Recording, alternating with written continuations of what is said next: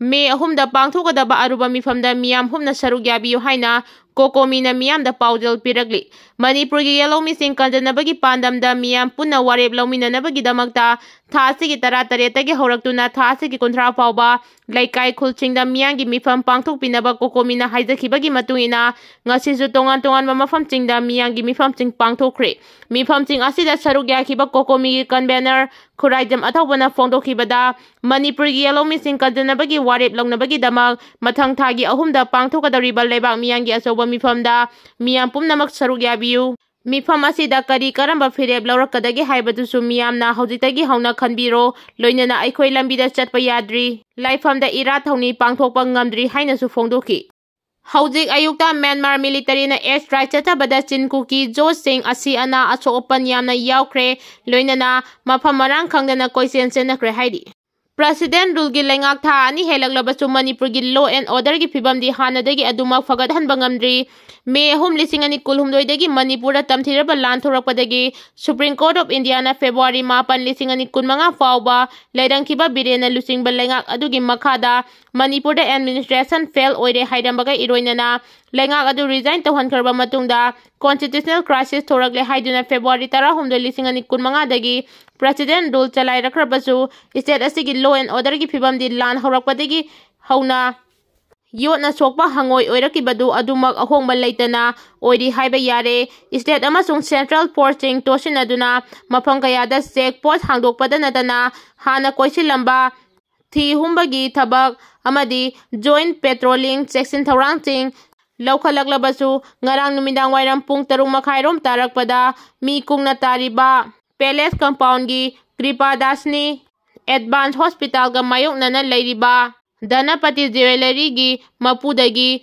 mamai mamit kuma miyo emana nongmai sindolda lupa crore ahumrongi mamal oigadaba chana lupa sing mulaga pubikibada law and order ngakliba President Rule gi lengak hotrong hore haiba yare thaudo asigi matangna police na phongdorapagi matung ina two-wheeler thauduna lakpa miyo emana Dhanapati Jewelry gi mapu oiriba Brahmapur Baspati Lekaidagi Laimayum Dhanapati Sahi Kuntra Taren Mapuroiba B Ramana Mahausagum Dukan Thong Lonchilamlaga Masagi Kar Tongduna Mayumda Hanaba Honoring Edamio Aduna Mahagi Kar Adugi Maning Thong Hangdoklamlaga Yamlaba Chanasing Asin Nong Mai Sindol Dan Namduna Laukibani Haidi Thaudo Asigi Pau Police da Kudakta Pibadagi Police na Sumiyo Adugi Kongul Libada 4-wheeler gari mari recover tawre haidi adubu chenariba miyoi faba amasung sana phambagi paudi laiktri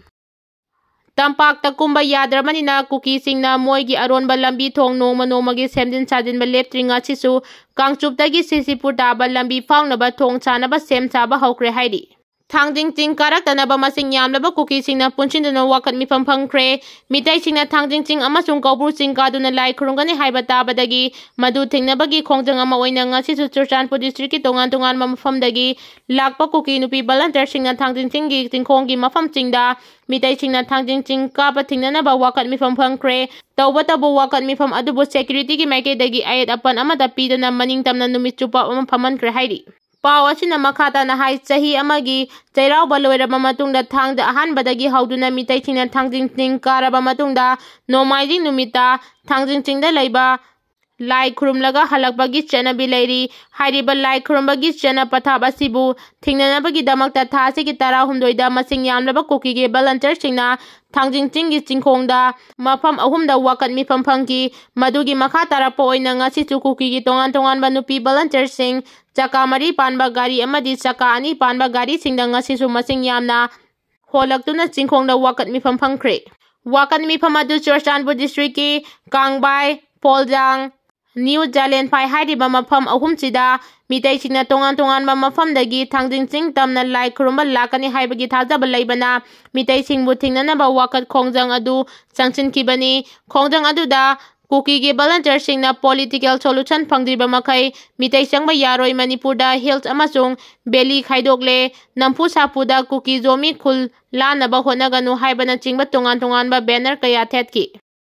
Miyangi popular government ama semnaba BJP MLA singe marakta tongan lobby taunari haukiba sahi lisingani kulhumdoi gi me ahumdagi horakiba karamba matamda loisingani haiba khangba ngamdana leiringai talak asida amuk nongna kuki amasung nagagi marakta tatana muknaba thokliba irang kaya asibu laksinanaba India lengangna President rule thamduna makhal makha kayagi thabak thorom kaya paikhalingai cherak achida Manipurda miyamna khanba popular government ama semnaba center da akan mamongda lobby tawnari hairi wafam asing ngasi National Digital Media Platform The Federal na report tawrakibani report asina hai handang marak kuki khulai paiba militant singna naga khunja singi mathakta chatharakiba attack sing asi khudakta lakchinduna thingnanaba mari lainaba authority gi maikidagi hona haudrabadi chahi ani fajilakadawraba Manipur gi balance asi hena pakthok chawthoraktuna anoba mayon amada chakhiba yai hairi Manipur da thokliba irang asi bol laksinabagi pandamda India lengangna N Birena CM Pam thadokraba matungda President rule thamba tha ani handilagba fawba haudik fawbagi oina thoidokna mai pakna mangda changchinba ngamdana leiri Manipur President rule thamba tha ani helakpaga iroinana haudik MLA TH Radheshyam na lusingba BJP ki MLA kharagi group amana New Delhi da camp tawduna Prime Minister Narendra Modi amasung Home Minister Amit Shah unaduna Manipur da miyamna democratic oina khanba popular government ama semnabagi taksinabagi damakta matam ngaiduna leiri hairi hauzik Delhi da camp tawduna leiriba BJP ki MLA sing asi hanagi CM Biren gi mayokta leiba MLA ngaktani hairi Nakalama romda hanagi CM Biren bu sagatpa MLA singna haukiba thasi ki tarata Governor Ajay Kumar Bahalaga Raj Bhavan da unaduna Governor na Manipur gi irang asi bul laksinduna mausagum tangdu laita ba handilang nabagi bandam da paikhaliba thabak thoram sing adubu thagat pagaloina na makhoi gi maike dagi state asigi yaifana ba thabak thoram kayasu athuba matam da paikhat pinaba takchin ki hairi